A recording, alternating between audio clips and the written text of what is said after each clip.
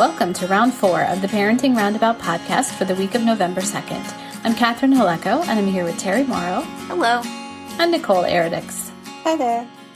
As moms of teens and young adults, we survived those little kid days, yet we're still rethinking the decisions we've made all through our kids' lives and worrying about what's going on right now.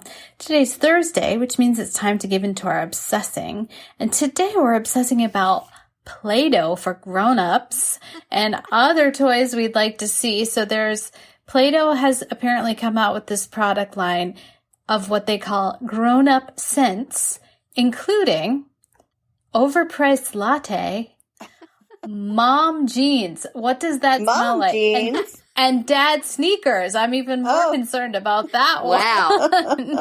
This is a scent you would want. Promising. Yeah, I don't get that. Spa day and latte sound a little more promising than dad sneakers. I really don't want to smell those. Lord of the Lawn. I mean, I guess it smells like fresh cut grass. Grill King. Say. Yeah. I mean, I like the smell of maybe not something cooking on the grill, but like the grill. Yeah. Just burning. What about... Anyway. And, I could see that sensory thing of Play-Doh being appealing. So that's why they did this. Is this Play-Doh for adults to play with by themselves, or is it just as long as your kid is playing with this thing and you have to help out, it might as well be a smell you like? I kind of like really the original Play-Doh smell, honestly. I know, I do too. I think it's aimed at parents playing with it by themselves, is my guess. But I'm with you, Terry. The original Play-Doh smell is a good smell. It is. I think so. There's just something very comforting and childhood recalling about it. I didn't realize it came in different scents, though. Does it come in different scents for kids? It might come in various fruity smelling flavors or something. Oh, that's just true. But there is that original just, sort of that plasticky Play-Doh. That gentle chemical scent. That's right. That we dig from our long ago childhoods when people didn't know that was bad. Yeah. That should be their new name. A new name. The gentle chemical scent from your childhood. The gentle chemical scent that you recall with fondness. Yes. Crayons. The crayons have a smell good of crayon. Yes. I know they have scented crayons now, but I like the smell of a whole bunch of different boxes of crayons that have been combined into one bin because so many of them have been broken, and there's just this aura of wax rises up from them. Wax and paper. Yeah, that's a good one. Smells of childhood. But what about toys? Are there toys of your kids that you actually liked playing with, or are there toys that, you could see turning to now? We've talked before about adult coloring books being a thing. Mm-hmm. I don't know. Sometimes I think, wouldn't it be nice to have just a baby doll because they just do what you tell them? Yes. Not one of the ones that cries or has wet diapers, just one of the ones that sits around and looks cute. Just sleeps. Yeah. Right. So you could when you are tempted to baby your older child, you could just pick up this doll and carry it around and remember when things were easy or difficult in an easier way to deal with. Yes, exactly. Difficult in a different way.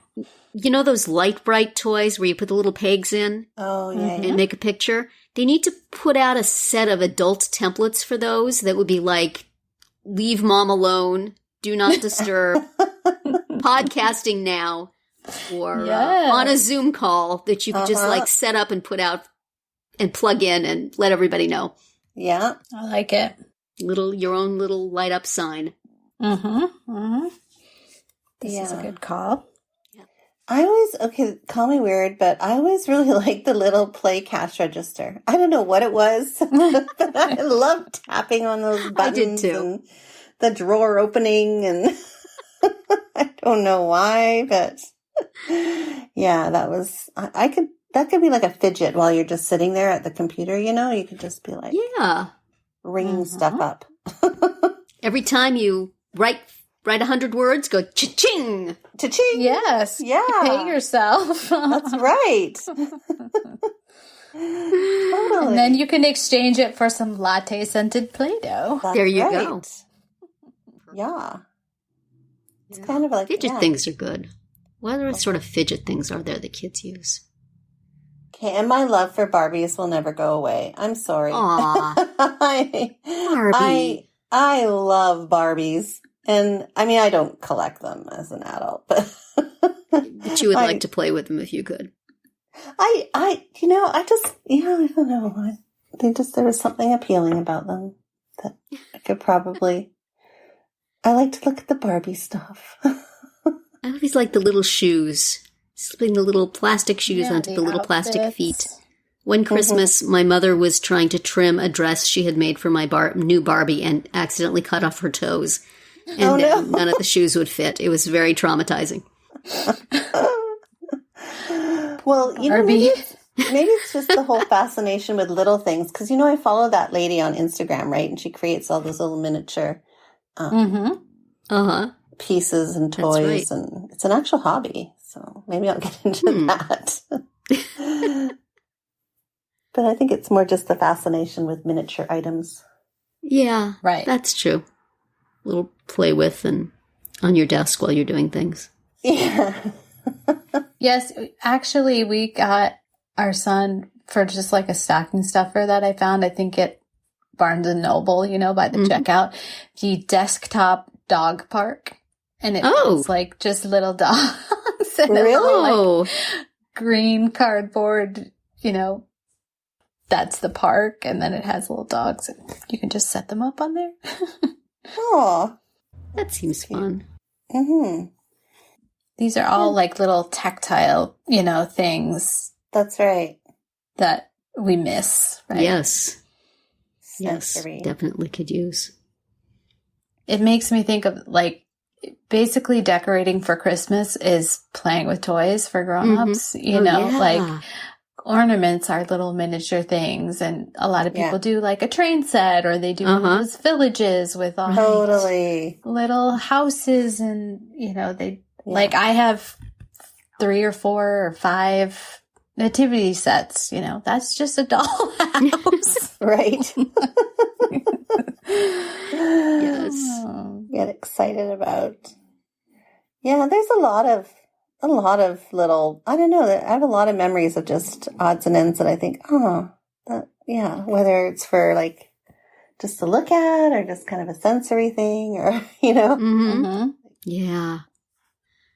I always liked Etch-a-Sketch. I would play with an Etch-a-Sketch. Oh, that was so frustrating. I did not like that. I always liked that. They need to like put up little, did they have this with the actual Etch-a-Sketch little pictures that you could try to reproduce? Mm-hmm. Because I can't be bothered with having to think of something for myself. But I would, just like the coloring games on my phone, I would follow a map to Etch-a-Sketch something. Mm-hmm. Except then if you drop it or something and then it all goes away, that's frustrating. Yes. But it's very satisfying turning the little knobs. It was never accurate. It was so, it just didn't, I don't know, maybe it's the perfectionist in me. Well, maybe there's been improvement in Etch-a-Sketch technology over the years. Yeah. And they've worked out some of those problems. I don't know. I think the whole point of Etch-a-Sketch is the low-techness of it. It's just sketchy is what it is. Yeah. Is there anything from your childhood, Catherine, that you would want to bring back? Yeah, you know, I would play with Barbies and dollhouses and stuff. I was not. I'm trying to think of like when I used to babysit, what would I like, or when my kids were little, what would I like playing with them? Like blocks or, you know, some building things. I think I wasn't really that into that as a kid, but I think that'd be kind of satisfying now. I mean, there's definitely adults who like Legos. Right. Yeah, that's true. Because they're satisfying too. Yes, another tactile thing. totally. But what would be the adult Play-Doh version of adult Legos? I mean, like, make them out of metal of some sort? Or... I mean, they're expensive enough as they That's are. true. That's true. To be an adult item.